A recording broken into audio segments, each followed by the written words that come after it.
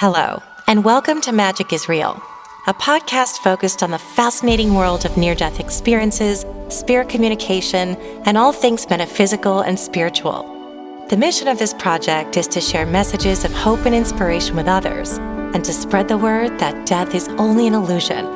Thank you for being here with an open heart and mind. I wish you peace, light, and love always. Hello, Magic is Real listeners. Thank you so much for being here today. I am so excited to introduce to you my friend, Mary Campbell, who is the author of Solutions from the Soul, 8 Keys to Opening Your Ability to Communicate with Spirit. And I'm just going to read the blurb on the back because I'll never remember all the things. Mary is a motivational, heart-inspired medium, spiritual guide, mentor, and international best-selling author. Worldwide, she provides accurate, heartfelt, and compassionate messages. I have watched her do this. Born a third-generation spiritual medium and psychic, as well as an animal communicator. She has multiple certifications in psychic and mediumship, Akashic Record Reader, animal communication, and Reiki Master, trained in psychic detective work and spirit art, fulfilled her passions for these fields. Mary, thank you so much for being here today. Yes, I'm so excited. Thank you for inviting me. Me too. I just wanted to start by letting you know that I just finished your book and read your book, and I was just telling you all the things I liked about it, but I would like to tell all of the readers, the viewers and listeners about it. You can get the book on Amazon. And what I liked about it is it's really an introduction to spirit communication in general. But it also talks about your life and how this came to be. And that's what I want to start with. And then we'll go back because I do want to touch on some things in the book. But I would love to start by having you share your past and how you got into this field, what your childhood was like. I know that you're third generation, so I'd love to hear about that as far back as you want to go. Little Mary, what was going on for her, and how did you know that you were a medium? Well, as little Mary didn't know, but I would see spirit people in my room, and I would tell my mother, and nobody's in here. And I'd be, yes, they are. I was shy, but I was strong-willed at the same time. And, in hindsight, you find out things about your childhood later. At least I did. And I came to learn that my mother was actually very narcissistic. And it's not a judgment call against her or anything. I understand that. But what it did was it left me alone a lot. I mean, I have my brother and my dad, but I had all this time. And as far back as I can remember, we were in Alaska then, Kodiak, Alaska. So I'd just be running around with the bears and the foxes and all the wild critters. You still do, by the way. I still do. The domestic Not in Alaska, kind. but yeah. In Texas, yeah. Yeah. But so when you have that time by yourself, in hindsight, I really feel that like spirit was my friend. And spirit protected me and guided me.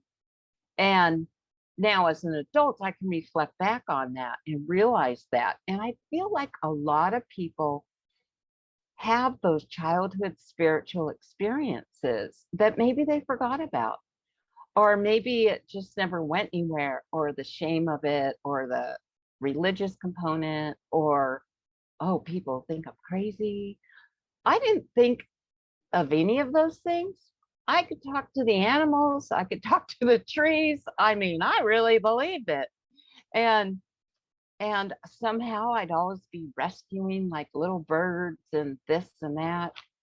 So I was very enmeshed in the outdoor world and in the spirit world, because like I said, I would see spirit people in my room and I didn't understand it. And sometimes I was scared of it and I was afraid, kind of like the boogeyman or or something like that.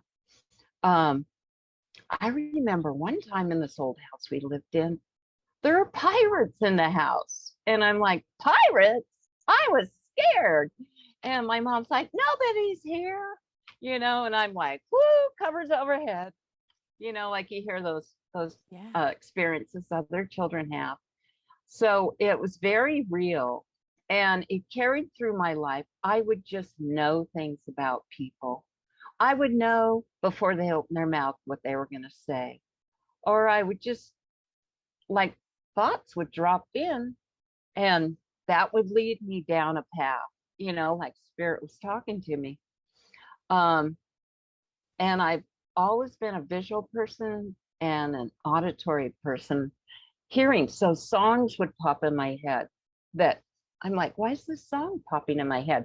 But it would be relevant to somebody. Crazy, the old thing like, oh, the phone's gonna ring and it rings. Somebody's coming over and they do, or somebody's gonna invite you to dinner and have pizza. I would just know these things. And then I reached my teens and there's a lot of drama in my parents' house. They were kind of not, they didn't get divorced, but they did eventually separate. And so at that point, when spirit was still coming around, I just said, no, I'm done. I'm done. You can't bother me anymore. I don't want this. And so I kind of shut it down. And then I went through my life, went to school, had relationships, this and that, kids. And then when my kids were like out of high school, right before they got out of high school, it's like spirit came tapping at my door again. You've got to do this. You've got to do this. And so I felt like this magnetic pull that I've got to get in the spirit world. And by then, of course, we had laptops and you could communicate with people. So, like in my book, I talk about I went to that meditation. My friend invited me to this meditation. And I'm like, oh boy, I am not the kind of person that sits around and goes, and there's nothing wrong with that. It just wasn't my personality. Yep. I'm an active kind of person, usually multitask. And so I thought she was crazy, but she was insistent. So I went to the meditation and it was wonderful. It was a guided meditation where she had music on and she spoke and we went on these little journeys. And so I did that like 2 years. And along with that, I joined a spiritual group with a wonderful woman who's passed now. And she was amazing. She used to speak with the brotherhood, kind of like how Abraham comes I to knew you were Esther going to say Hicks. that. I knew you were going to say Yeah. exactly that. Yeah. And the brotherhood wasn't like it was a collective of consciousness over on the other side. And we'd be like, we did it on Skype. And oh my God, I could see the people behind. I could see these high masters behind her in her kitchen. She'd sit at her kitchen table and right behind the sinks over there, but you could see them. It was incredible. And she was incredible. And she really believed in me. And so then I don't even know how I met another medium and went to an event, which is totally out of my comfort zone. By then, I had done nothing by myself because I raised my kids. They were in sports. Oh my God, I was taking them everywhere, doing everything. And then they're gone. And here I am, me, myself, and I, because I got divorced by then. And I took a flight by myself. I hadn't done that before, ever, by myself. Well, maybe one time for a job. But so I did this big adventure by myself and it kicked off everything. It just lined up who I was supposed to study with, who I was supposed to meet, what I was supposed to do. And it was just magical. Like you, it's like the doors just kept opening. This was the path I was supposed to go down. And so in that path, Arthur Finley College came up. I always wanted to go there, but I didn't want to go alone, even though I knew lots of people that went by themselves. So another friend wanted to go too. So we didn't even know each other, but we planned a trip and we went to Arthur Findlay College together and we got along great and had the best time and all that. But when I was there, I had a mediumship reading with one of the mediums I was training with, Eileen Davies, who's just fabulous, Yes, she's fabulous. fabulous. And she told me that Spirit told her I'm supposed to write a book about the spirit world. Like, what? The spirit world? Oh, what do I know? I mean, I know some, the spirit world, where they live, what they do. Oh my gosh. I'm like, why'd they call me? But I had already written some kids' books based on my dog, but that's just like, few words and some color images, not to take credit away from it because they do have a good message for kids. But I was just like, I don't know how I'm going to do this. And so I always had that back in my mind. But then other readings with other high caliber mediums, you're supposed to write the book. Yeah. Oh man, the pressure was on. What do I say? What do I say? And so I kind of had some ideas. And then, I went through this other mentorship and it's like, it just clicked. It just clicked. And I went, I have the missing pieces of what I need to share. And so I finally felt that place of confidence and knowledge about what it's really about. What, I mean, we can always learn more. It's not, I'm not the be all end all, but the other half of me was kind of getting frustrated because I would hear all these myths or all these untruths about the spirit world and the whole scary thing about it and evil and hauntings and all that. And it's like, that's good for Hollywood, Yeah. but that's not the spirit world. And so besides being asked to do it by spirit, I felt that I had an ethical obligation to do it, to set the record straight. And so that's why, oh, my book disappeared. I know. Woo! Ooh, spooky. Woo, yeah. That's why I wrote the book, Solutions from the Soul, to help people who are spiritually curious know from the get-go how you really should start out.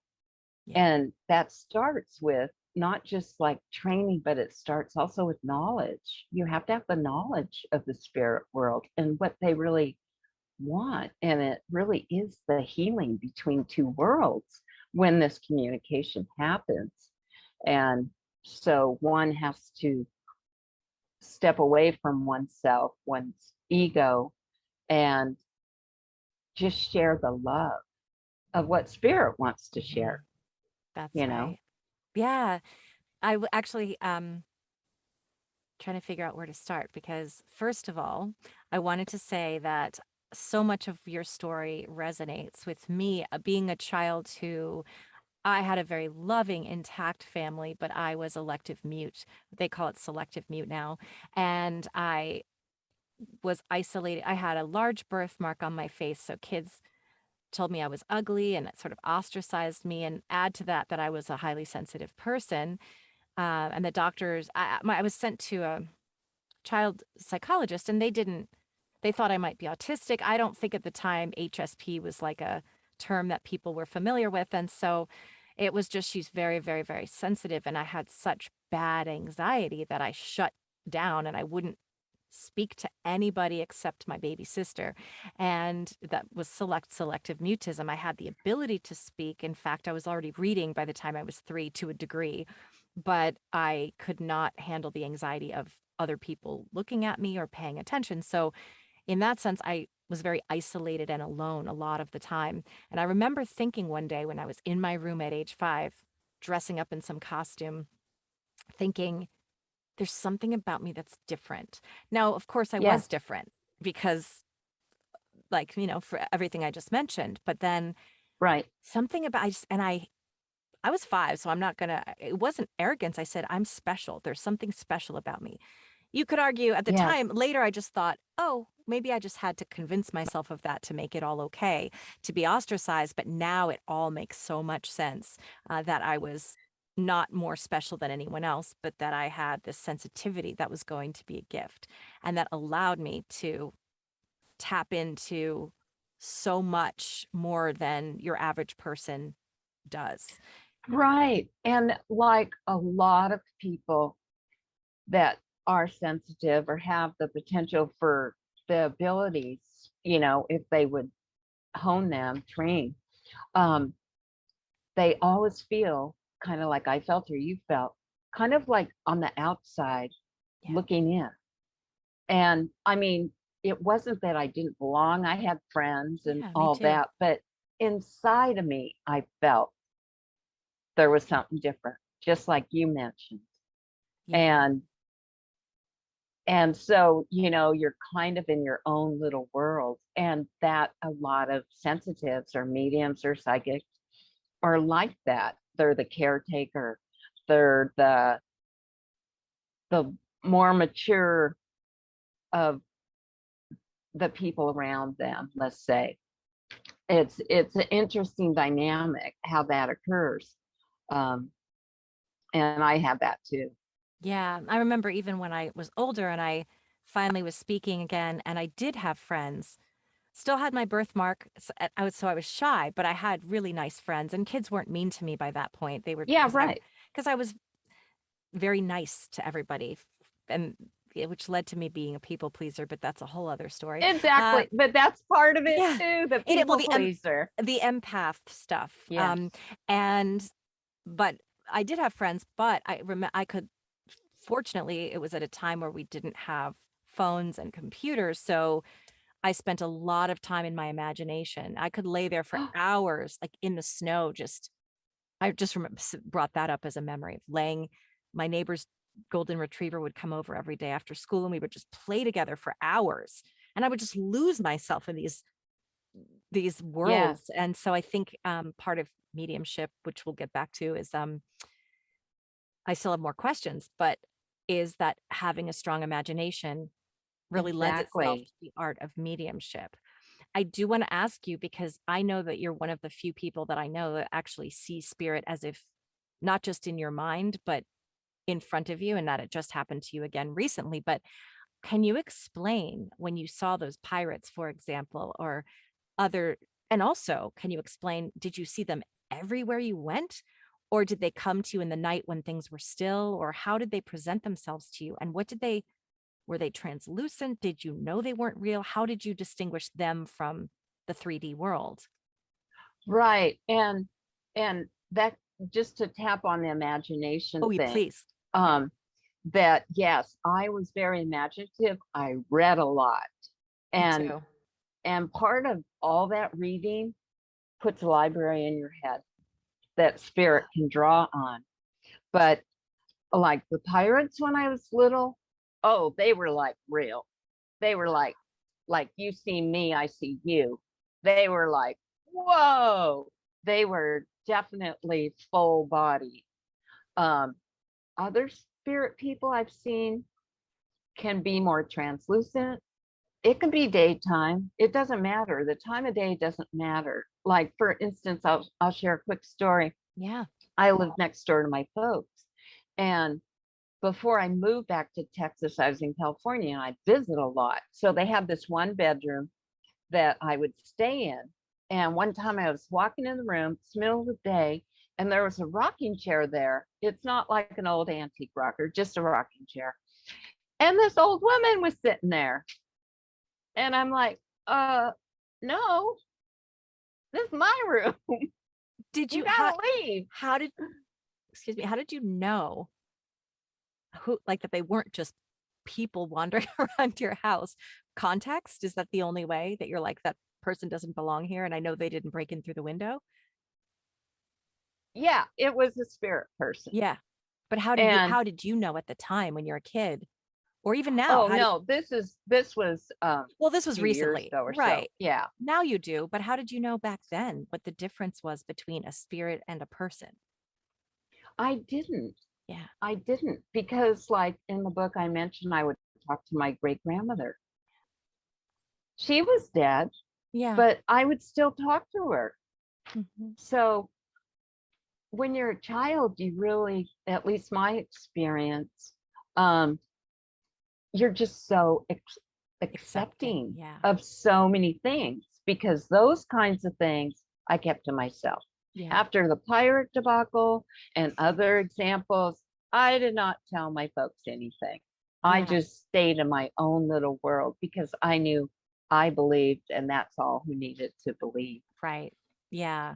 That's so interesting. I But probably don't want to see them, but I still do pray to see them sometimes it's pretty cool. It's because pretty it's, cool. And it can happen. It can happen. yeah. Like I was at a workshop, a mediumship workshop, and it was training, platform training. And so it was my turn to be up there.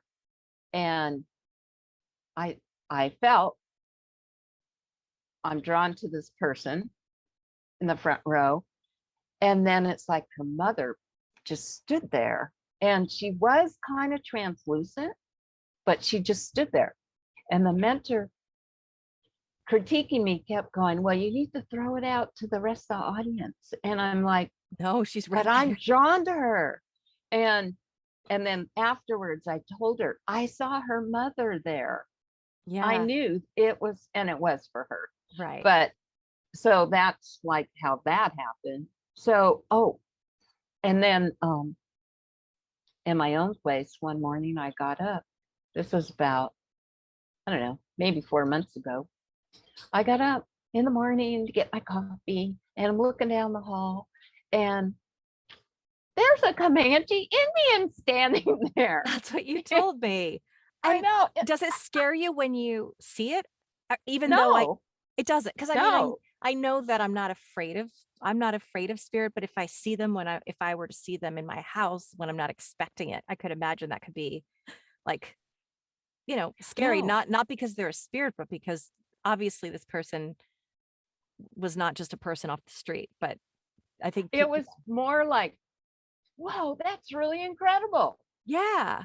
Because I could see his face paint and how he was dressed. And I'm like, wow. What was he It was doing more, there? Did he communicate with you? no, he just stood there and I looked at him and in my head, I'm like, there's a Comanche Indian standing there looking at me. I didn't feel any fear. Yeah. I felt, there's a lot of Comanche Indians around here in Texas. So Oh yeah, makes he sense. probably just popped in Pop through the and veil. yeah, and he knows I have a strong Yeah. affiliation for Native Americans because I have like spirit guides that are that. And I know one of them was like a sister from another time. And so it doesn't bother me at all. And it won't you because you'll just actually probably feel more excited Yeah. That's why I want to see it than because scary.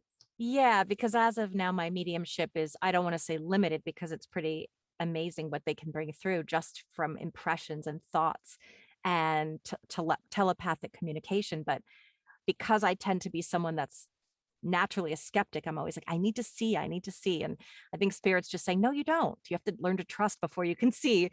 Because I keep looking for it to be the other way around, where I'm like, but if I see, then I'll know I'm in the pocket. I know I'm in the zone. And they just gave me chills about something So about that. so Yeah. when you get your information, do are they like thoughts that come to Yeah. you? Or I think one part of a video I watched where you got chills, like Yeah. I get not sparkles or always. Yeah. I get spirit tingles. In fact, I just got them now. And yeah, me too. see, yeah, Me too. I love that Down my even more. legs. Yeah. Down my legs. Down my legs. I get, Yes. it's my right leg specifically for some reason. I'd love to talk to you about this too, because for some reason, it's always my right leg. It's always I even went to a neurologist, not for that, but for migraines. And I'm like, I just want to rule this out so that think. He's like, there's Right, nothing that right. would cause that. And it's, he's like, you don't have MS, you don't have anything. I'm like, I just want to rule it out so that I can continue to trust that when I get those feelings. Today I was at the Goodwill outlet, and there are tons of people in there. Whenever I'm there, I get all the way down my right side.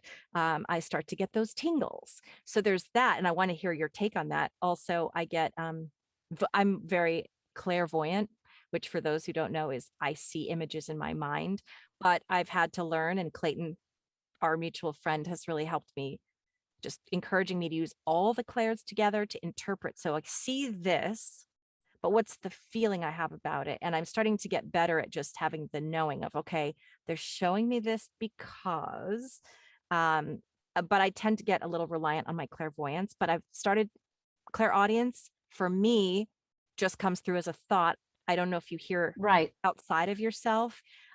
When I get names, I can get 5 in a row and I'm on fire with it. And then sometimes I throw out names and it's nothing. But when I get them, it's more of it's a thought. It's just a very Right. subtle Clarence. It just goes by me so fast that I'll be like, Clarence. So I'd love to hear your thoughts on wherever you want to Well, go from there. the clairvoyance, that's good because that will help you be able to see spirit people. Good. But the way to operate, for lack of a better word, is when you're blending with spirit, the most important is the clairsentience, Yeah. the feeling. And for me, that was, I mean, I've always been sensitive, empathetic, all that, but my clairvoyance was so strong. And sometimes what happens when you're learning mediumship is, for some people, that's really strong. But Mavis Spatilla used to say to me, "You're not using your clairsentience." And she was right. But man, I had the best movie. I could name off facts like that. Me too. Me too. So it's and the reason I was like that is because I'm a registered nurse. I used to work trauma, ICU, ER. So you have to I would have to detach feelings to get the job done. So I learned, or then I did the psychic detective work. Yes. And you just murder and all that, you just have to detach your feelings. And that's what happened. I detached my feelings. Not that I wasn't empathetic. Mhm. I just had to operate a different way. And so I kind of had to go back to ground zero and get that clairsentience really working to allow the triad, like I talk about in the book, that the anchor is your clairsentience. Yeah.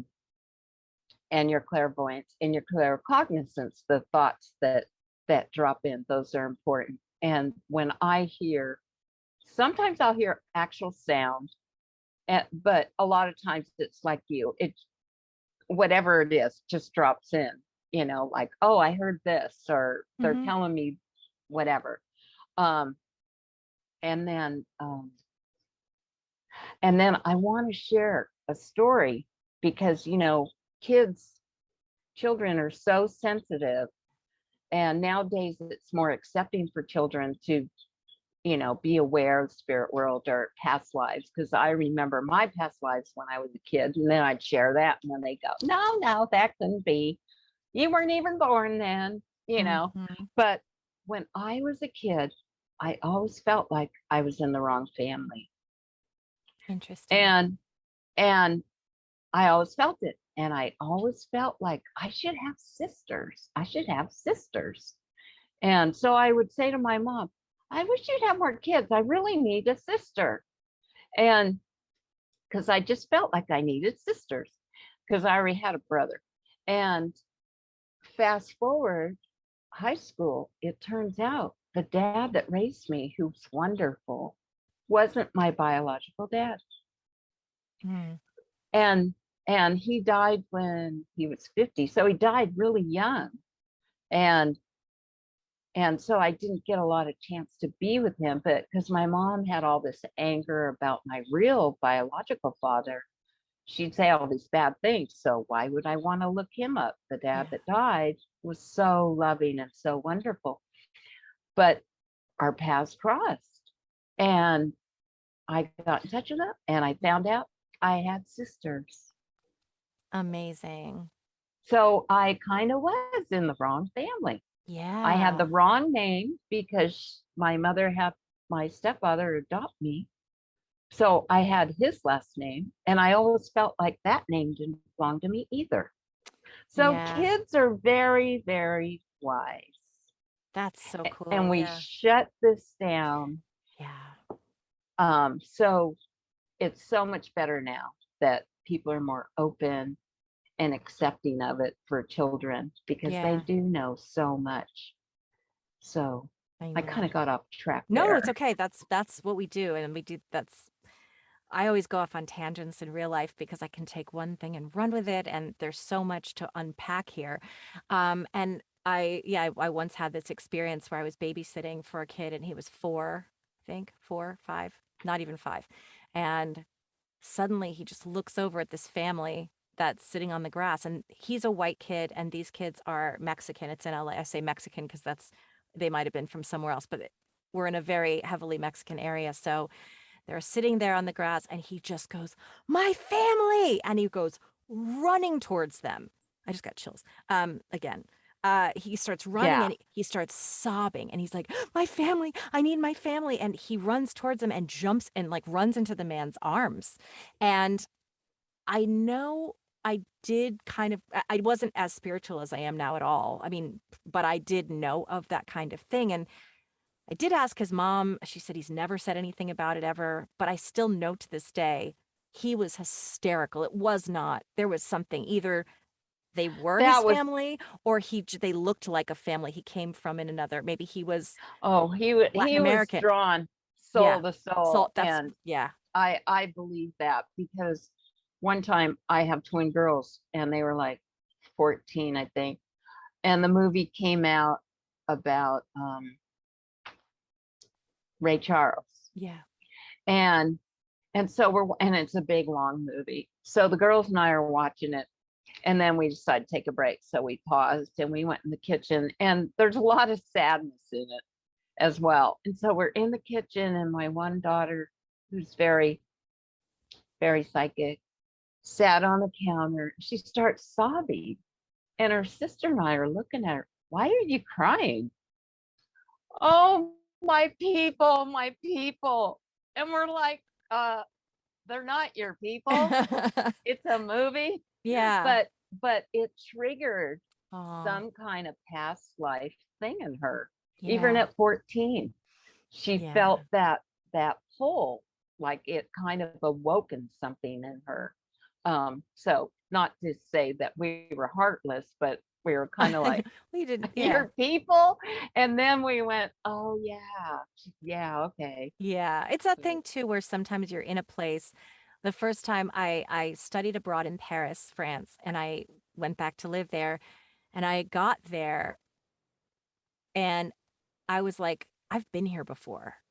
This feels more like home than like anything to this day. Paris is like, I know. And actually, I had a few mediums say, "Do you know that you have a past life in Paris?" I'm like, well, I have no way of corroborating that. I just feel that because when I was there, I just knew. I was like, I've been here before. This is my life. I feel so connected with this place, which I love. Yeah, I feel like you were. I know. Like I mean, I could be totally wrong, but it I know. feels like the 30s or That's what I felt. um Like I felt like it was all like the Gertrude. right. That's I felt it was like the Gertrude Stein years, kind of Yes. like the that real Oh, that was bohemian. really Yeah, sparky time over there. I I mean, know. artists and words and writings and Yeah. music and paintings and yes. I Yes. connect with that so strongly. And I actually have that feeling about Costa Rica too. I'm like, I mean, maybe everyone feels like that because it's such a warm place, but I really am like, I also think that I must have lived in some kind of Latin American country at some point because this feels so second home to me. That feels like to me that you were more like more native Yeah, in Costa Rica, that you feels right. know, like I can see the leaves and you making the food stuff and Yeah. um more of a native person. Yeah, living that feels there, so right too. like a long time ago. Yeah. Long Um, time ago. it does. And I now understand that all of these times where I was like, this feels so familiar as I've gotten older or not older, but rather as I've come into my spirituality, I now understand that when I used to wake up, for example, I remember saying, I keep waking up in the middle of the night and going, I forgot someone. I forgot someone. Who is it? And I could never, I'm like, it felt like a husband or a child or somebody that was so close to me. And this was when I was not spiritual at all. So I just Uh-huh. kept thinking, there's something that I keep waking up from thinking I left someone behind. And now I understand that has to be a past life situation because it was so recurring. And I kept feeling like I kept saying, I'm missing somebody. I'm missing somebody. It actually feels like, and I could be wrong, it Yeah, feels like you used to carry a little boy on your back. that would not surprise me because I always That's carry what it kids on my feels back. like. Yeah. Yeah. Because Yeah. I That's what it chose feels not like. to have children, but because I need because as an HSP, I need so much space and so much calm, but I work at a daycare. I've been a nanny my whole life. And so I love babies and toddlers like crazy. I don't want any of my own. But that really, that really resonates. In fact, I was told by several mediums, do you know that they're like, you're not going to have kids, are you? I said, no. And they said, it's because in other lives you had so many children and you took care of so many people that you came into this life saying, this is my time. And I said, that makes so much sense because I am very independent. Yeah. I feel like this one boy, he didn't live very old. I feel like he passed as a child, I would believe but that. but you were like this. I mean, I bet just like that. And I can see him on your back. that makes Um, so much sense. but you know what? Before we started, I just want to throw this out Yeah. there, because this isn't a mediumship reading or anything like that. But there's this woman I feel that's connected to you, and she reminds me so much of Ethel Merman. And Huh. she's a woman who probably would have been from the 60s. That would have been like her younger years. And I'm of course, looking at that's hard to I tell know age. who Ethel Merman is, but I want to see what she looked. I don't know if I'm sure it's not But so much this what is she looks like. what It's her what it energy. reminds me of is that old movie called It's a Mad, Mad World. Yeah. And she had on like a sundress, you know how they'd be at the waist and it Yeah. flares out, and the handbag's important. And she has like a hat. So I was immediately drawn to some really outspoken woman connected to you that just was gregarious and outspoken. And it doesn't have to be Ethel Merman, but I Right. feel like she is connected to you because it's like she tells me that she got my voice. But Oh, her voice interesting. isn't like my voice. Her voice is beautiful. And I was loud and obnoxious, kind of, sort of. I didn't think so, but everybody else did. She kind of has that kind of personality I have and to costume ask. jewelry. Um, I'm sure this will, you know how I'm going to tell the audience, and this is great because this happens all the time when two mediums yeah. get together, and I've ended up reading guests while we're, like every time, but it's always when it's another medium where our energy just stuff starts to come. So thank you for sharing that. I love that. I like people to see how it works and how it comes up organically like that. But often we'll just be like, I can't think of who that is. And the next day you're like, I know who that is. Yeah, because she doesn't feel like she's like in the immediate inner circle of your Yeah. family. Feels like she's around the periphery, but you would know this woman. Your mother would probably know Yeah. I this feel like woman. it's on my mother's side. I'm going to ask my mom about that. Thank you. Yeah. Yeah, I just had to get that out there Thank because you for she saying that. doesn't want to leave. No, thank you. That's what this is about. And I will, I'll talk to my mom before I post this so I can edit it. If something comes up, because that has happened so many times where either the guest reads me, but just because it happens, or I Oh, read and them, and then later we corroborate it, but it was already up, and so I couldn't. Yeah, right. And I feel like lipstick was really important. Like she Okay. would put her lipstick on. That was really important. You know, Okay. Good to know. pat her face and put her lipstick on and go out. Great. Okay. I'll, my, there's, yeah, there are a lot of women. So I'll have to ask my mom if that resonates, and I'm sure it will. That's happened. In fact, a few weeks ago, I interviewed someone and I just kept hearing Charlie Brown, and he was not able, he was like, I don't know what that is. And then the next day he emailed me after the video was up. He's like, I know what that is. He's like, that was the nickname Yeah. of my cousin who I grew up with, who was like my brother, and his mother called him that, and she's in spirit. I was like, I know that's exactly what it is, because I kept saying, But nope, it's not the dog, it's him, and but it but the takes time. voice is important. The The voice voice, is okay, important because Ethel Merman, she was a singer, but she also did some acting and comedy work. But could be I don't know, because my mother's father's mother, her, I forget how she pronounced it in German, but I guess it's Hermione. It's the is the equivalent, but that's not how Hermina, I think. And I don't know what she was like, but she looks so cute, and I just want to know all about her. I've seen pictures where I'm like, oh, she looks like that actress from the Philadelphia Experiment, that blonde actress from the '80s. I can't remember her name, but anyway. Thank you for sharing that. I love that, because this whole time I've been sitting with you, I'm getting spirits just coming around us so fast, and I like to show that too, because it's what happens, and it actually gets me all excited about it again, because one of the questions I wanted to ask you is, and we started talking about it, but there are times in a mediumship's career where you're like uh on this upswing, and suddenly you're like, I am consistent and all of my readings are going great, and I'm getting all this information, and I finally feel like I'm there, I'm locked in. And then suddenly you plateau, or you sort of, I don't know if I don't want to say you're losing the connection, but for some reason you just kind of go through like these times where you're stronger than others. And I know our mutual friend Clayton addressed that with me. And a lot of times there are reasons for it. We find out later, like, oh, the reason I wasn't able to connect that well with this person's loved one is because they literally just died yesterday, or this person was just like, nope, don't want to hear from that person. In fact, Clayton and I did a reading together, because I read a woman that I know peripherally, and I mhm. just was struggling. And she's lovely, but she's very British and very like, not, she doesn't open up very easily. So I said, Clayton, I can you read? I just feel so bad, because I'm like, she came to me as a client, and I'm just not, I'm like, why couldn't I connect? I got some little things, like little facts, but nothing was coming together. And then he read her with me, and he's like, I'm getting the same thing that you were getting. And he's telling her, like, this person wants to come through. And she's like, nope, I don't want to hear from that person.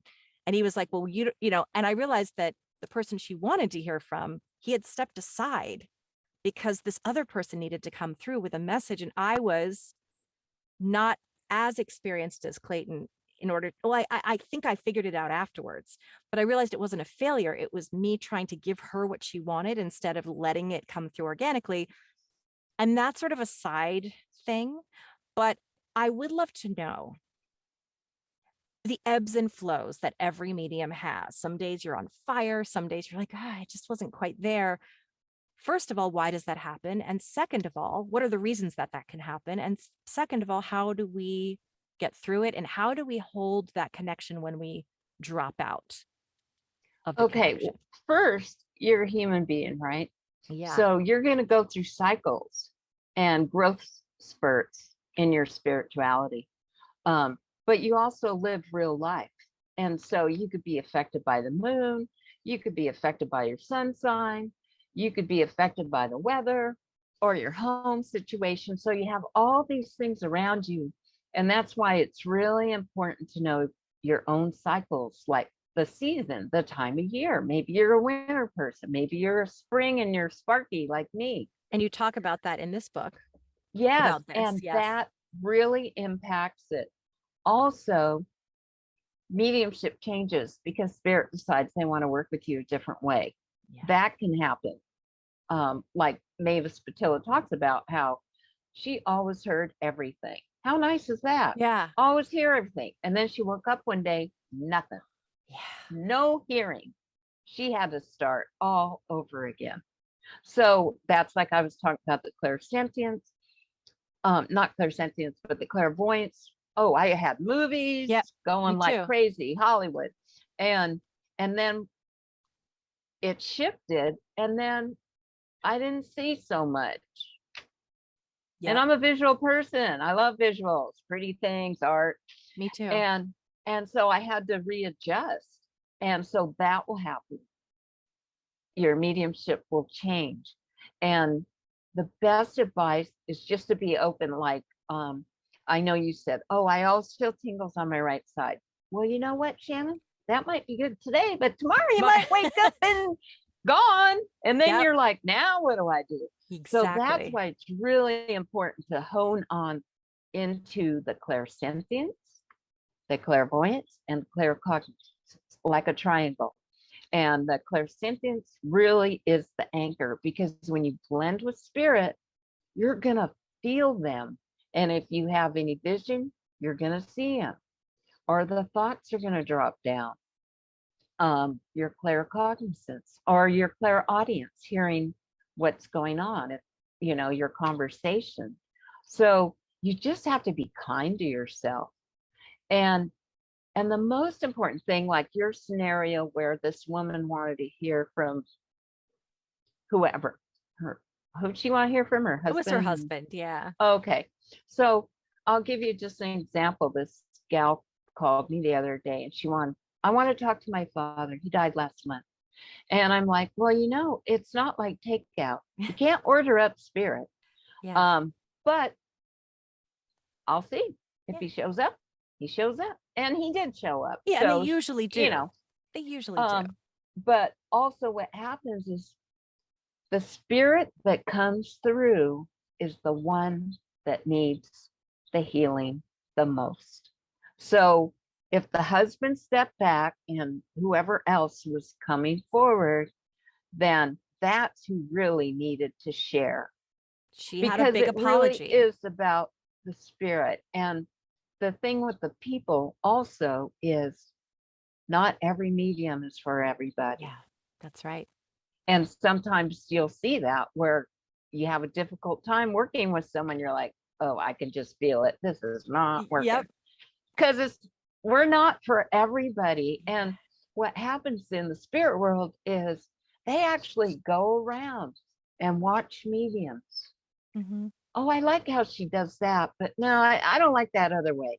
So they'll do that for quite a long time, kind of interviewing them without you knowing you're getting interviewed. Right. And then they'll come to you who they feel would do the most service for them for the highest good. And so it's always about spirit. It's always about their healing, because let's say that other person came through, not the husband. Maybe that woman really needed to hear from that other person, but Yep. she was blocking it, and you can't Yeah. change people. They're going to Exactly. decide to do what they do. And when let's say, have a private session and I'm going to do mediumship and or psychic, I never ask spirit for anything. I just say to them, just the strongest spirit communicators come through for the highest good. That's it. Simple. However you come through. I don't demand they tell me things. I don't demand how they show up. And I know it used to be taught, oh, you had to have a list of 10 things. How old were you when you died? How'd you die? Who are you? Husband, wife, whatever. I Yeah. mean, this whole laundry list. And when spirit comes through, they want to share what they They want wanna to share. yeah. They have a message. They know they only have a little bit of time, if it even works. Yeah. So I just allow them to share whatever they want to share. I don't Yeah. demand or ask anything of them. Just my intentions for their highest good and the highest good of whoever I'm doing that for. To remember, it is the healing of two worlds.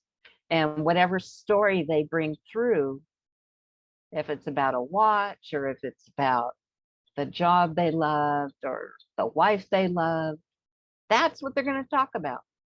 Yeah. So it's kind of like a podcast interview. If you just think of it like that, like you kind of in your mind, you have an idea of a format. Oh, we'll ask some questions, we'll talk, but whatever happens. And that's kind of how you have to look at spirit communication. I'm up for it. Okay, what do you want to talk about today? So If you true. see it that way, then it takes the pressure off of you, Yeah. and you'll know that really it's just about the love. It's about the love they have, or maybe it's forgiveness, or maybe it's an apology, or maybe it might be, you really should quit those cigarettes. Right. I've had spirit tell me that to tell people. It's like, Yeah. you can do what you want. It's your responsibility. But, and then for the naysayers, that's okay. You can believe what you want. Yeah, exactly. I think that, yeah, that's right. And I know there's something you talk about in your book that I really, that resonates for me, I should say. I mean, I know lots of people have lots of mediums, lots of different spiritual people have different ideas about what spirits are doing on the other side and what happens to people that do bad things on this planet. And I want people to read your book, but I think one of the questions that people have the most is sort of what are they doing over there, and what is the arrangement in terms of what's the structure the structure, even though I don't know, there's a structure and there also is no time, so it's a little confusing, but what are they doing there, and as far as you understand, and yeah, and what about people that are on different learning journeys, people who did good works here, people who did bad things here, etc. Yeah, and that's like over in the spirit world, it's not like it's Yeah, far away, it's like right right here. here. Yeah. And here's another thing I want to honor is a lot of people see the spirit world as like heaven and hell. Hmm. And it really, heaven is really in your heart. There's the great spirit, the source, and all that, and the different religions. And I still refer to heaven because, that's how I was raised and I like it. But in the spirit world, there's different levels, different dimensions. So let's say like the murderers, the criminals, the really bad dudes. Well, they go to a lower place, but it's not hell, because in the spirit world, they always want, if you choose to kind of like redeem yourself, to learn your lessons, and more masterful guides surround those people and welcome those people, and they're in their own special place. And if they choose to evolve, they have that option. So it's not like they're sent to prison and you can never do better. A lot of them just don't do better, but some do. Yeah. And then there's learning, where they're actually learning to evolve higher, to maybe be a guide or to be a master. I mean, that takes, and translating our times, years, but or some people want to come back. Yeah. And they want to have more lessons, or, oh, I really love that time, I want to do this or that. They have options. Or some, no, I'm done, this is Yeah. good, I'm good. But there's always the growth, no matter what level you're at. And I remember this one little prayer, see if I can remember it off the spot, is that I talk about it in the book, about it's the progressed intelligences in the various dimensions. Mm. And but they are real people, and that's where people start calling them energy, and they're not. They're people. They're real people with real lives and real personalities. So when your Uncle Harry dies, that's Uncle Harry. And Uncle Harry's going to be Uncle Harry. Maybe he was cranky. He's going to be cranky over there. Yeah. But another thing is, some sometimes people want to talk to certain people that pass. Well, not every spirit wants to communicate. Right. Plus, if you think about it, they have to learn a language. They have Yes. to learn. They just don't go over there and, oh, hi, how you doing down there, wherever you are. They have to learn to communicate. And sometimes when you have like a choppy reading too, it could be because those person, maybe they were shy, they weren't Yeah. outgoing. So they might step back and let a stronger, strong-willed spirit person come forward, just because of how their personalities work. Because Yeah. everyone takes their personality with them That to makes the sense. Yeah. And to in the spirit fact, world. I've noticed that too in my own mediumship, that some spirits have big personalities and they are so easy to understand.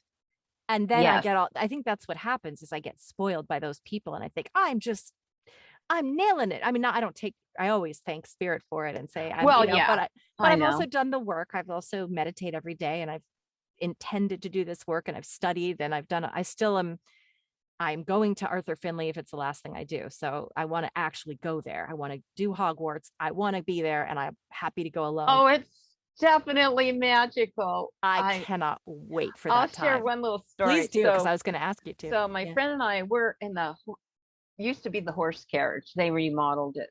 It's separate from the actual building. You can stay in the actual building or you can go to the separate smaller building, and we wanted our own bathroom. That's why we went there. Otherwise, if you're in the main hall, you share bathrooms. And so we walked all the way back there. It's a beautiful walk. I'd encourage the carriage, stay in the carriage. And Okay. and we had this clipboard with these questions because it was an evaluation to see, have you spoke with spirit, who have you trained with, just a questionnaire to assess where you are in your spiritual journey. And when I started writing, my hand was going like this. I mean, I could feel somebody else's hand in my hand. Mm. They were my words, but they were not my writing. And my friends looking like, what's going on? And it was just incredible. Well, we weren't scared or anything. We Yeah. had a bunch of experiences That's what like you were that there there. for. Absolutely. But so spirit, it always shows up crazy fun ways. It's true. And I think that's the thing is I got really spoiled with a bunch of really, really powerful energies that just it was that thing where it all just dropped in. It came with a lot of my clients, like it just came out of my mouth. And I was shocked. And then for a while, I just had these readings where I think people might have been coming more for curiosity. And I'm going, why am I not having that same effect? And Clayton reminded me that sometimes the person just doesn't have a great need for a reading as much as the True, people I notice. And true. I've noticed that to be true is I've read mothers who've lost their sons, three of them. And those souls who died very young have come through like, it was like I wasn't even there. They were telling me things, memories, enthusiastically giving me energy. And I had chills from head to toe. And then there are times where you read someone and you're like, I'm just going to say that your grandmother was a quiet person. And the only way I know that is because I'm not getting all that. It's sort of what I'm not getting that's telling me that this person is a little more Yes, reserved. Just yes, because I don't feel a lot with this person, but I know they're there, but I'm not feeling this rush of energy that I feel sometimes. And, right. and I think I've sometimes misinterpreted that as I'm losing it. I'm losing the power when some energies are just stronger than others. And don't call them energies, call them people. People, oh, that's right. People, if you see them as people, real people. And this is a tip I learned too that might help you, because I'm sharing whatever I learned. And I learned this one from Lisa Williams, is if you put your hand out and you invite them in, you invite them to hold your hand. Mhm. You'll be amazed I'm going to do that. what you can feel from their hand. Is it soft? Is it calloused? Is it strong? Is it kind of clammy? You'll feel, and it'll be like they're right there with you. Oh, I standing like right that. next to you. And so try that. I have tons of tips. I Um, know, I love that. And I love Lisa Williams. I also want to study with her very badly because I've been watching her for as long as I can remember, that just because she has a whole she had a show on TV and they have all right. the episodes on YouTube, and I got hooked on hers. And I like that exercise for myself better than the exercise where we're told, ask them to put something in your hand, something significant. So it could be a pair of reading glasses, or but I don't like that, because if I ask them to put something in my hand, my brain is going to start to imagine things. My brain's going to want to fill the space with my own thoughts. My brain is going to want to answer the question, what are they putting in my hand? And it's kind of like you're demanding it in a way. Yeah. Whereas if you just ask them to hold your hand, the way I see it and feel it is, Oh, that's so interesting. once they hold your hand, you really can blend with them. Yeah. And then their memories of whatever it is they want to share come through, Oh, instead of like, oh, ask them to put a watch in your hand yeah. or something. Maybe Yeah. they don't want to talk about the dang watch. Right. Maybe they want to talk about, remember that time at the lake? We had so much fun fishing, or something like that. Yeah. Um, and you'll get, I feel, a better description of them, because when you feel their hand, is it a woman's hand? Yeah. Is it a man's hand? Mm-hmm. Big, small, soft, rough? Oh, if it's rough, then I bet their job, whatever they did, maybe they were a farmer. I mean, Yeah. it'll come to Right. you. You don't have to like guess in your mind. Right. It will come to you, but you'll feel the difference because you invite them in. That's wonderful for our listeners who have not experienced it, or even who have. I know that we all, as mediums, experience our information differently. Uh, some people are more, as we've talked about, visual. Some are more, I just know, and some people get tingles, some people don't. And I was Right. happy because I studied with Monica, the medium, and I told her, I said, when I get spirit, I call them spirit tingles because it reminds me of that. It was a sharper image thing. Now they've mass produced it. Oh, I know that The, thing. the thing on I the have head. I've given that thing for a gift. Yeah, me too. We have it in my Elephant dad gift. had, and that's what it feels like to me when I am connecting with spirit. I feel like that. So she said, that's exactly what it is. She said, that's what it is. She said, I've always described it the same way, which was so validating because I think she's one of the best mediums I've ever seen and know of. And so everyone experiences spirit connection differently. But just Yeah. for our I was just going to say, for our listeners, how do I formulate the question? It's more, I'd love to give them an example of, like when you just said, oh, I want to talk about the lake and the fishing. Um, how do we know that's what they're saying? And I think sometimes, You'll know.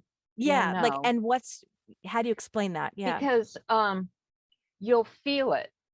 You'll feel it in your soul, and that's why it's so important to not it's not a meditation where it's a quiet meditation. It's actually, like I talk about the chakra meditation. That's Yes. so important to work with your chakras, because when you do, then you get out of your mind, because the mind goes, oh, she's going to work, I can take a break. Yes. It's not that thoughts don't come, but it allows you to have a better connection. So when you build your chakra power, your body, through practice of doing that, because it takes discipline Yeah. doing this, you'll know the shift in the feeling. I was going to It's a ask shift, that.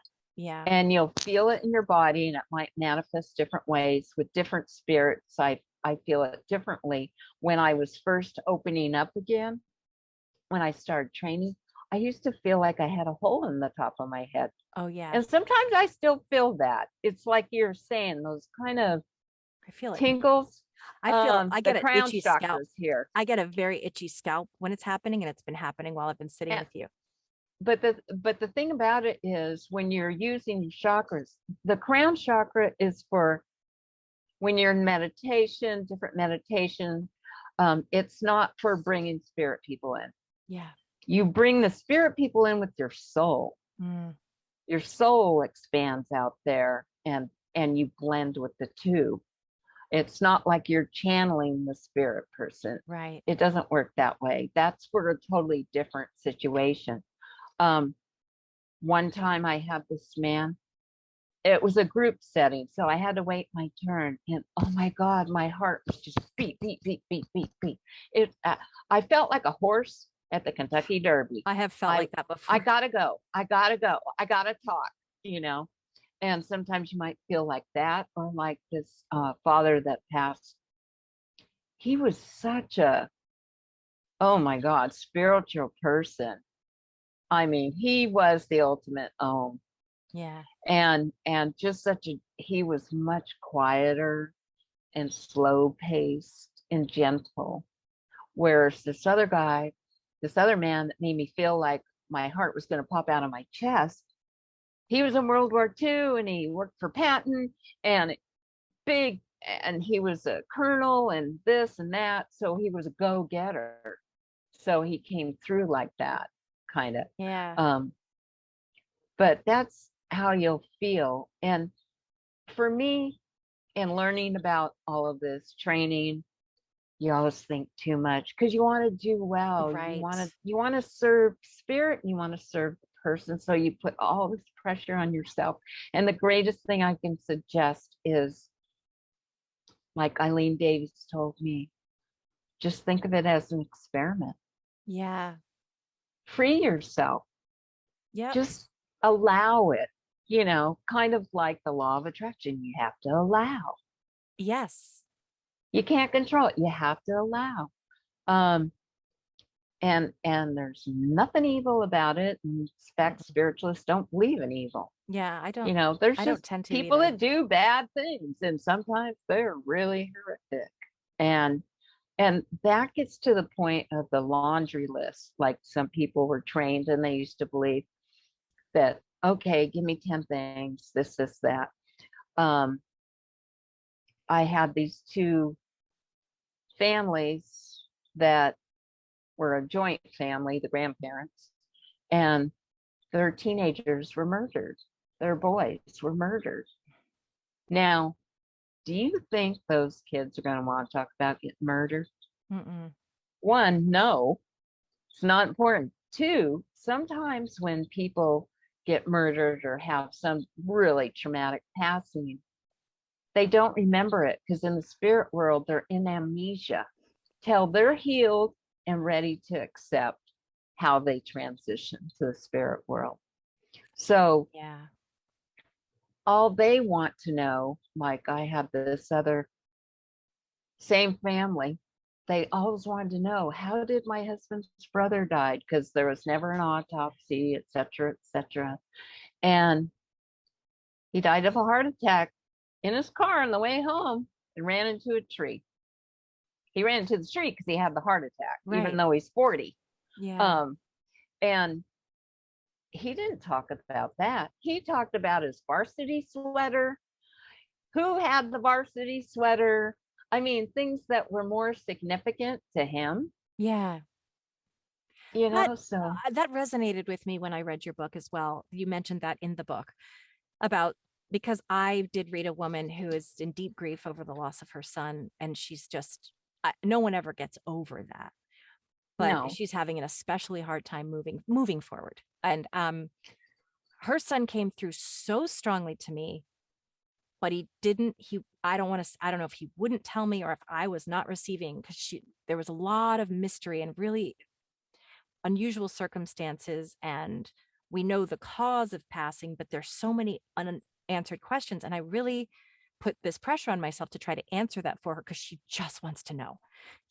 And I realized, I said, I can't pretend that I know. I keep, because he keeps focusing more and he keeps saying, Mama, you've got to stop crying. You've got to stop crying. Not because he's not honoring your pain, but he just then he kept trying to distract her with humor. And I kept saying, okay. She was like, but I just want to know. And I just said, why is he bringing up socks with sandals? She's like, because we would always make fun of people that wore socks with sandals. I said, your son keeps going, no, Mama, I don't want to, like, he was trying to make her laugh because she's been crying for Right. 2 years straight without stopping. And I still left that reading, even though I know he came through so crazy. And I know he's one of those that he's like always, he has such a strong personality. He's like a friend now. And his mother keeps in touch with me. And I just was so frustrated though, in a way, that I was like, but I just want to be able to tell her so it can bring her peace. But I also know that may not be for her, in her best interest to know, because either way we go, was it an accident, or did he take his life? Did somebody else do this? Either way, I don't think she'll find peace in either answer. What are your thoughts on that? I mean, not about her, but just in general. Yeah, about that situation is that sometimes we don't get to know the answer. Yeah. Yep. And they, like he did with you, he'll only share what he wants to share, and he wants her to be happy. Yeah. And she might never know the answer, know. because how many times, let's say somebody gets murdered, which is horrific. I don't mean to make light of it. Yeah. But somebody gets murdered and the family wants to know who did it. It usually never comes through. It doesn't.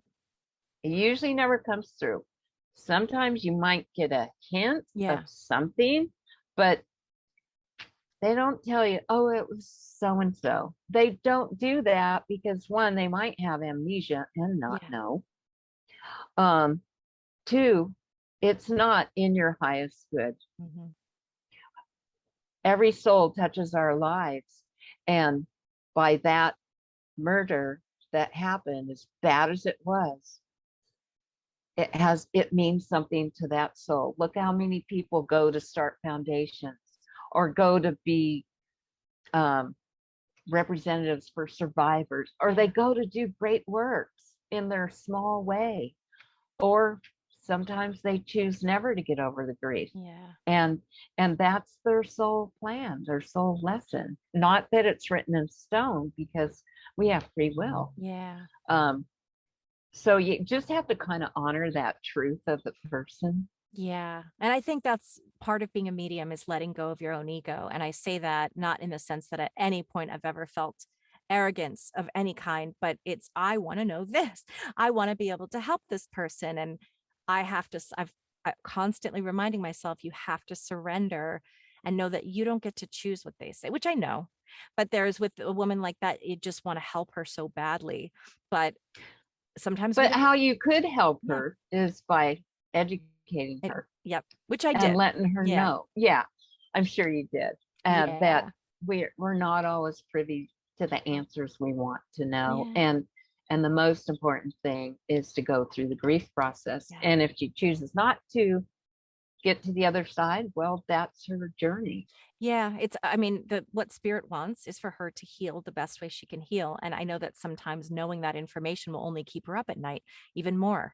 She'll never be, even if it was this way, she'll go, well, why did that happen? If it was that way, who was it? How did they, and that's just going to, that prevents someone from going on with their life, going forward with their life, despite the grief. Yeah. So before you even connect, let's say, well, connect's not the right word, blend with the spirit person.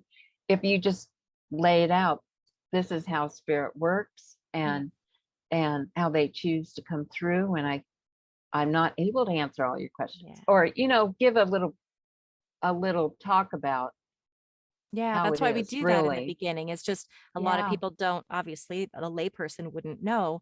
And a lot of people will come in to test a medium, not anyone I've worked with, because I'm not at that level yet, but they come in going, all right, so if you know so much, what did my mother say to me on April 21st of 1972?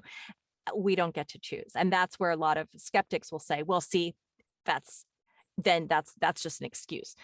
Who cares? It doesn't matter what they think. And that could be an energetic draw too. Think about it. Before I do any of this, I just always ask that for the highest good, and that whatever spirit person or a person that comes to me resonates with me. Right. Otherwise, why? That's a really great point. I do the whole prayer. So I expect the best. You expect the best. And as we sort of, I could ask you 1,000 more questions, and I'm sure that we will continue to have these conversations over and over again. I mean, not over, but many times. And we'll just be talking about spiritual stuff through our whole friendship. I would love to know too, based on what we just spoke about. I know that our listeners would be interested to hear about the psychic detective work, because how is it, or how do you not, well, you can speak for yourself. How do you receive that sort of information? And in what ways can a psychic medium, I don't, whatever you call yourself, in that capacity, what are the ways in which a medium can help? Are you activating your psychic abilities solely? Are you speaking to the soul? What's your experience with that? My experience with that, and that's really an ethical thing too. So you just can't go, oh, I'm going to go help the police Yeah, solve this. I mean, don't call the police. And even with families, you really have to know what you're doing, right. because we are talking heart stuff. You Absolutely. know, I mean, you really have to watch your ethics around that, because you don't want to cause any more grief. But the connection part is I'm able to read photos, and people can read photos or psychometry. Hmm. If I hold a rock, like one time I was given a fossilized what I looked like a rock, but it was actually part of a horse bone from the dinosaur age. And in my image, I saw the actual bone. But anyway, that's another story. So that is the best way. First is really practice psychometry, which is Hmm. psychic ability. And so for me, reading photos, all I have to do is just hold it. I don't have to look at the image. Okay. Some people need to look at the image to get their information. Hmm. Um, sure, I look at it, but I usually look at it after I've got my information. That's the best way to connect. Like, let's say a photo of you where it's a face and you can see the eyes, Yeah. you know, the eyes, the window to the soul. And you have to study with somebody who knows what they're doing. Like I studied with Pam Coronado. She's been doing this for decades, worked with the FBI. I mean, she's got quite a resume and she's so much fun, Mm. and you learn a ton. Um, and I really wanted that to be my life, but Yeah. Spirit said, I no, know. no, you're not supposed to do this. And I was so good. So other than like helping Clayton with that one case in Waxahachie, Yes.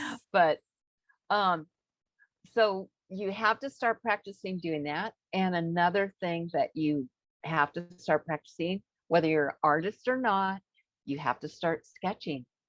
Hmm. You might just get a photo, let's say, of a murder victim, and the question is, who's the perpetrator? Who did this? You have to be able to sketch their face. And when I started this, I was a stick figure. Yeah. I mean, I didn't know how to sketch. Um, and so Pam would give us all this homework to do of cases that she had the answers, and then it evolved into cold cases and other cases that they didn't have the answer. But practicing doing that, that was a real discipline to do that. Where I got to the point, I'm not the best artist in the world, but I could definitely make a likeness. And one time, my brother and I were watching this ID show, Mm. murder. It was recorded, and so we're watching it, and I had just finished doing a sketch. So I showed my brother, who can draw really good. He's like, wow, that's pretty good. So we go to watch this show. We're watching the show, and it's a dramatization. So you don't really know what the real killer or the people really look like yet. And then at the very end, they showed the photo of the killer. And it was Was the guy him. I just sketched. Wow. That's so cool. Unbelievable. So that kind of stuff happens. Yeah. I always It's kind had of fun. trouble. I mean, granted, this was during my training. I haven't tried it since I've really started working as a medium, but I used to have trouble with reading photos because it's too easy for me to come up with a story based on a photo. So you know what you Yeah. do? Hmm. You turn it Don't over. look at it. I don't look at it. I turn it over and I hold it. Like you'll see, oh, what's his name? What's that Hollywood psychic? Tyler Henry? Oh, Yeah, you know how he holds things like this, yes. like He a doesn't look photo. at it. Mm-hmm. Yeah. Um, and that's really psychic, but that's what you do. But then what would happen, some of these cases, these practice cases we were doing, the spirit person would be at my desk. Ah, So it would be like a combination, even though Pam teaches just do psychic mm-hmm. because she's found that spirit people can lie in Right. in her experience.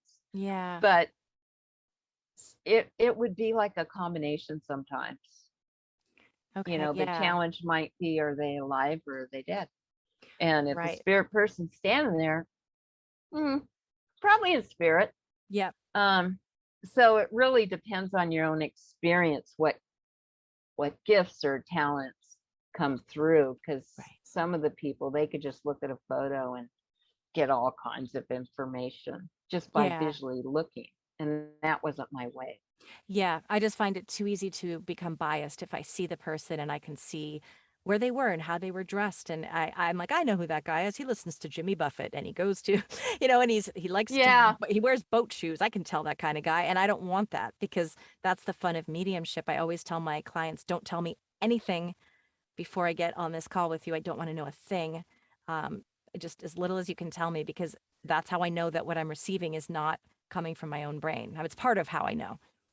right. And the trick with that is if you start getting like a whole paragraph, a whole story, it's probably imagination. Yes. Because when the information comes, it's like Quick. boom, boom, boom, quick, it happens really fast. So it's these short clips of a film or photos or images or feelings or words. Yeah, that's Not, true. it's not put together. It's like you have to put it together, but Right. not make a story. Just share what you get Yeah. and not And ask questions. right. A lot of times I like to end these conversations by asking you a big question. Based on everything you've learned and what you know of the spirit world, what is the meaning of life? It's a journey. We're here to learn lessons. And I think this kind of gets back to the Esther Hicks and Abraham, uh, that we really are here to find joy. And our path, how we get there, sometimes it's easier than others. Sometimes it's a real challenge. And you wonder, I wouldn't have chosen Yeah. this. but that is, I feel, why we're here, to find joy. Thank you so much. Mary Campbell, thank you so much for being here. It has been such a pleasure, and I look forward to hearing more from you and hearing more about what you're doing. Do you have anything coming up that you'd like to share or talk about, Well, I do promote? have a freebie on my website. It's a 15-minute meditation on gratitude. It's a guided meditation, so you don't need any skills, but it is really delightful. It's 15 minutes of bliss. And I highly recommend anyone, whether they're stressed or if they want to get into any kind of spiritual life or they're curious about spirituality, you have to start with gratitude. It's the foundation. Gratitude and Thanksgiving. And so that's free on my website, marycampbell.com, M-A-R-I, Campbell.com. And of course, I have the book, Solutions from the Soul. It's on Amazon. Oh, and I also have, I don't know if this will show up with the lighting. Oh, wait, yeah, Journal of the Soul. Yeah, just a little journal. It's not really showing up too well with my little Zoom Yeah. background. You mean you're not really in Hawaii right now? No, but I'm going to be going. So that's Oh, why I wanted to get in wonderful. that aloha mode. Um, Wonderful. and I'm going to be doing a free webinar that's coming up for the spiritually curious Ooh, that want to great. learn about the spirit world. Because I find that with a lot of people, like you were saying, you felt isolated or different and this and that. Sometimes with people, it can kind of lead to some trauma in their life that's not resolved. Mhm. And how I really kind of found my grace and my center was because of spirit and Me my too. connection to spirit. Yeah, just like you. And there's a lot of people that if they had that peace, Yeah. it's within, it's not without. I mean, it's without like the great spirit and the world and awareness and all that, but it's that divine spark that's within, Yes. and your soul that houses that divine spark. um that's where you really find joy and happiness. Oh, And thank you so, so much for sharing that. That's so beautiful. oh, thanks. Bless you. You're doing great work, and I look forward to speaking with you very soon. Thank you again. Thank you so much. It's been a dream. A Had a pleasure. great Me time. too.